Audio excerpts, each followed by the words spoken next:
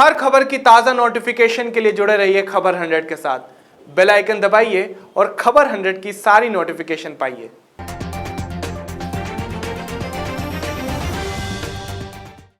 नमस्कार, आप देख रहे हैं खबर 100 में हूं आपके साथ राहुल मौर्य। आइए रुख करते हैं इस वक्त की बड़ी खबरों पर, लेकिन उससे पहले एक नजर हेडलाइंस की ओर। सियाचिन लद्दाख में तैनात जवानों को ठंड से बचाएगा हिमतापक, डीआरडीओ ने बनाई नई डिवाइस। बीएमसी के नोटिस पर सोनू सूद ने खटखटाया बॉम्बे हाई कोर्ट का दरवाजा, सोमवार को होगी सुनवाई। कर्नाटक में रिलायंस ने दी किसानों को बड़ी राहत, एमएसपी से अधिक मूल्य पर की धान की खरीद। जगन्नाथपुरी में 21 जनवरी से दर्शन के लिए कोरोना रिपोर्ट जरूरी नहीं, 9 महीने बाद खोला गया है मंदिर।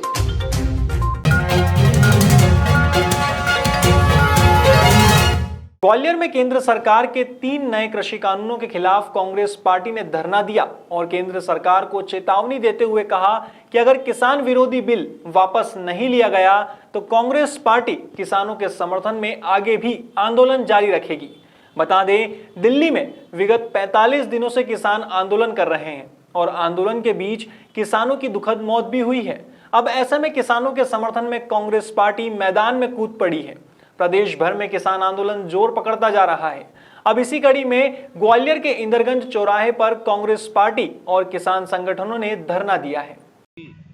कानून है और आने वाले समय में किसानों की जो फसल की रेट है सरकार तय नहीं करेगी, ये हमारे बड़े बड़े व्यापारी हैं, अदानी अंबानी, ये तय करेंगे और इनके हिसाब से ही किसान की रेट तय होगी।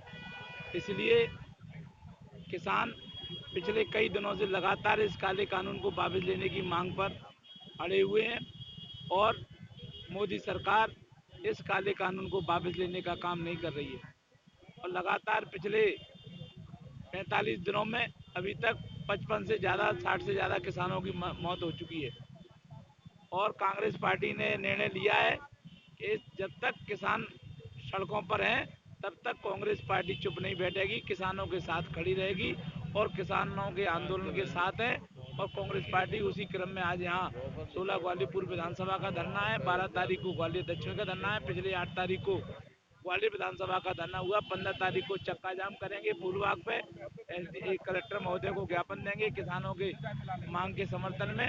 और आने वाले समय में जब तक ये किसानों का आंदोलन चलेगा उनके समर्थन में कांग्रेस पार्टी गांधीवादी तरीके से आंदोलन में खड़ी रहेगी। हाल ही में इंदौर में युवती को शादी का झांसा देकर आर्थिक और शारीरिक शोषण करने वाले युवक और पीड़िता के साथ ठगी करने वाले आरोपी युवक के पिता को भी महिला थाना पुलिस ने गिरफ्तार किया है। जांच अधिकारी रश्मि पाटीदार के अनुसार महिला थाने पर युवती ने शिकायत दर्ज कराते हुए बताया था कि युवक ने अपना नाम और धर्म छिपाकर उससे दोस्ती की और करीब 5 साल तक शादी का झांसा देते हुए शारीरिक और आर्थिक शोषण किया। शिकायत के आधार पर पुलिस ने कार्रवाई करते हुए पिता और पुत्र को चंदन नगर क्षेत्र से गिरफ्तार किया है। बता दें, आरोपी युवक को पुलिस ने कोर्ट में पेश करने के साथ ही उसकी निशानदेही पर मोबाइल और बाइक भी जब्त की है। इसमें जो है उनकी तलाश की गई थी कल दिन में लालबाग के सामने उनके मटन की दुकान है, न्यू राष्ट्रीय मटन करके, वहाँ पे उनकी तलाश की गई थी। फिर उनको जरिए टेलीफोन के और तरह तरह से संपर्क करके और उनको बुलाया गया थाने पे। पिता आए, फिर पुत्र आया और फिर दोनों से जो सामान लड़की ने बताया था, पुत्र ने जब अपना मोबाइल का जो बताया था वीवो कंपनी का मोबाइल वो बताया था, वो मोबाइल जब्त किया गया। और पिता बाइक लेके आए थे, वही जो लड़की के नाम पे रजिस्टर्ड है उस बाइक को भी जब्त किया गया और फिर दोनों की गिरफ्तारी की गई।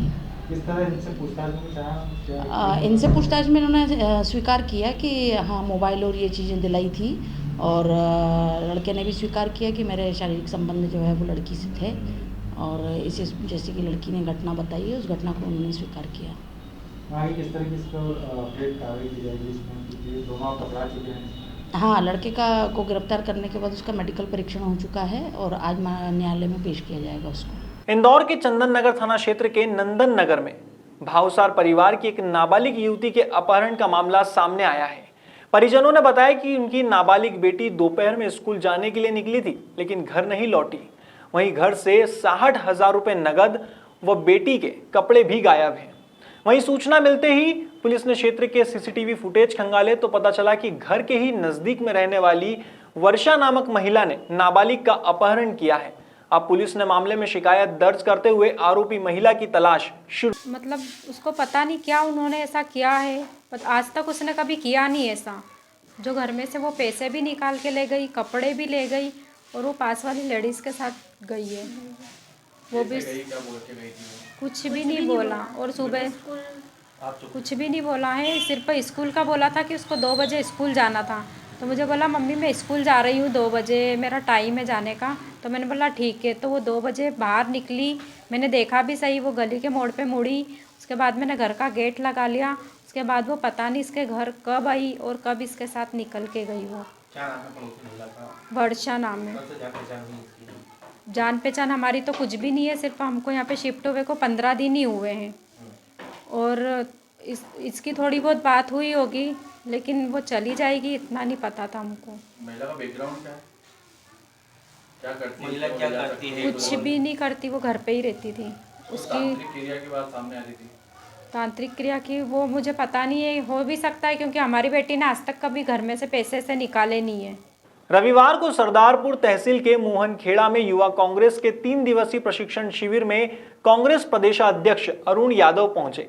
यहां कांग्रेस प्रदेशाध्यक्ष अरुण यादव ने मीडिया से बात करते हुए भाजपा पर भेदभावपूर्ण कार्यवाही करने का आरोप लगाया है। इस दौरान उन्होंने भूमाफियाओं पर हो रही कार्रवाई को भी द्वेषपूर्ण बताया है। कांग्रेस प्रदेश अध्यक्ष अरुण यादव की माने तो कांग्रेस कार्यकर्ताओं को निशाना बनाकर भाजपा कार्यवाही कर रही है। देखिए, मुझे खुशी इस बात की कहते हुए कि 15 महीने के जो कार्यकाल हमको मिला, सबसे पहले जो मूल काम हमने इस प्रदेश में किया, जितने भूमाफिया थे प्रदेश के, उनका सफाई करने का एक मुहिम आदरणीय कमलनाथ जी ने और हमने चलाई। और उसके चलते आपने देखा होगा इंदौर में बड़े बड़े भूमाफिया जो थे उनको ठीक हमने किया। अब द्वेष भावना से काम किया जा रहा है। कांग्रेस के कार्यकर्ताओं के मकान दुकान तोड़ने का एक pre planned agenda Bharatiya Janata party ने बना लिया है। और मैं आपको 10 नाम गिना सकता हूँ आज, जहाँ पर कांग्रेस के पक्के कार्यकर्ताओं के दुकान मकान तोड़े जा रहे हैं। और ये परंपरा पूरे प्रदेश में अब लागू भारतीय जनता पार्टी ने की है। तो ये बहुत ही, मैं समझता हूँ कि इसकी जितनी हम लोग निंदा करें कम होगी। जिन पर कार्रवाई होना चाहिए, आप बताइए कि माननीय मुख्यमंत्री जी कह ज़रूर रहे कि हम भूमाफिया के खिलाफ कार्रवाई। एक माफिया का नाम बता दीजिए आप, जब से इनकी वापस सरकार में आए हैं, चोरी से सरकार जो बनाई है इन्होंने, उसमें एक माफिया का नाम बताइए जिसके खिलाफ कार्रवाई हुई हो और जिसको यहाँ प्रदेश से बाहर निकाला हो। एक का नाम बताइए। कुछ नहीं है, सिर्फ कोरी वाहवाही लूटने का एजेंडा है। बात कांग्रेस के लोगों को टारगेट किया जा रहा, तो अभी क्या कार्रवाई? हम तो जमीन पर, सड़क पर, कोर्ट में हर जगह लड़ाई लड़ रहे हैं। हमारे सारे वरिष्ठ नेताओं का पूर्ण सहयोग है। अगर हमको यहाँ से राहत नहीं मिलेगी तो हम हाईकोर्ट, सुप्रीम कोर्ट तक उनकी लड़ाई को लड़े। सराफा बाजार में ज्वेलरी शॉप पर चोरी का प्रयास करने वाले आरोपी दीपक और कुणाल को पुलिस ने गिरफ्तार कर लिया है। पुलिस से मिली जानकारी के अनुसार आरोपी दीपक को 1 साल पहले सराफा व्यापारी ने काम से निकाल दिया था।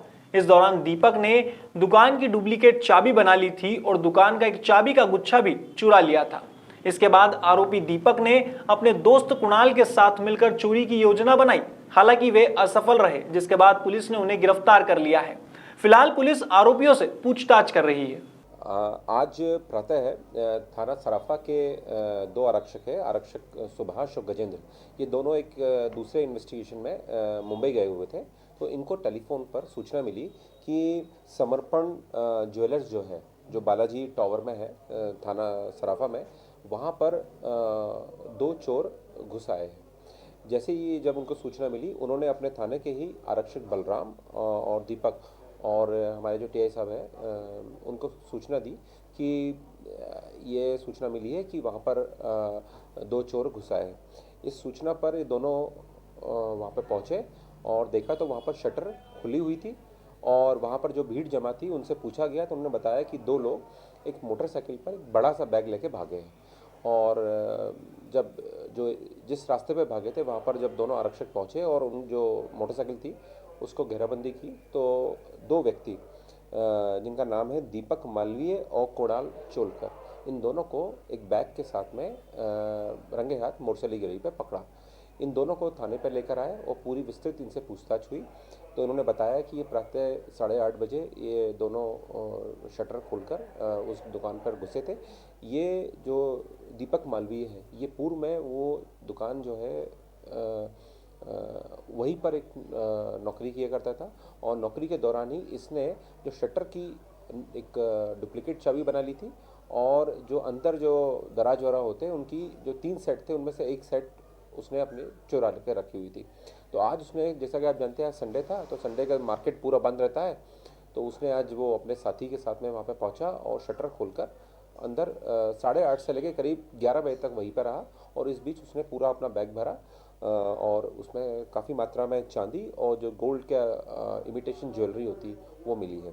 तो करीब इस पूरी वारदात में आज बहुत अच्छी कार्रवाई की सराफा पुलिस ने और इसमें 15.5 किलोग्राम चांदी और करीब 8 किलो 50 ग्राम 8.5 किलोग्राम गोल्ड पॉलिश की जो इमिटेशन ज्वेलरी होती है वो मिली है। तो इसका मूल्य करीब 10.5 लाख रुपए है और ये दोनों व्यक्ति दीपक मालवीय और कुणाल चोरकर इनको हिरासत में ले लिया गया है और इनसे विस्तृत पूछताछ की जा रही है। पुलिस ने राजेंद्र अग्रवाल जो कि दुकान के मालिक है इनकी रिपोर्ट पर अपराध कायम किया। फिलहाल खबरों में इतना ही। देश और दुनिया की तमाम खबरों के लिए देखते रहिए खबर 100, जनता की बुलंद आवाज। हर खबर की ताजा नोटिफिकेशन के लिए जुड़े रहिए खबर 100 के साथ। बेल आइकन दबाइए और खबर 100 की सारी नोटिफिकेशन पाइए।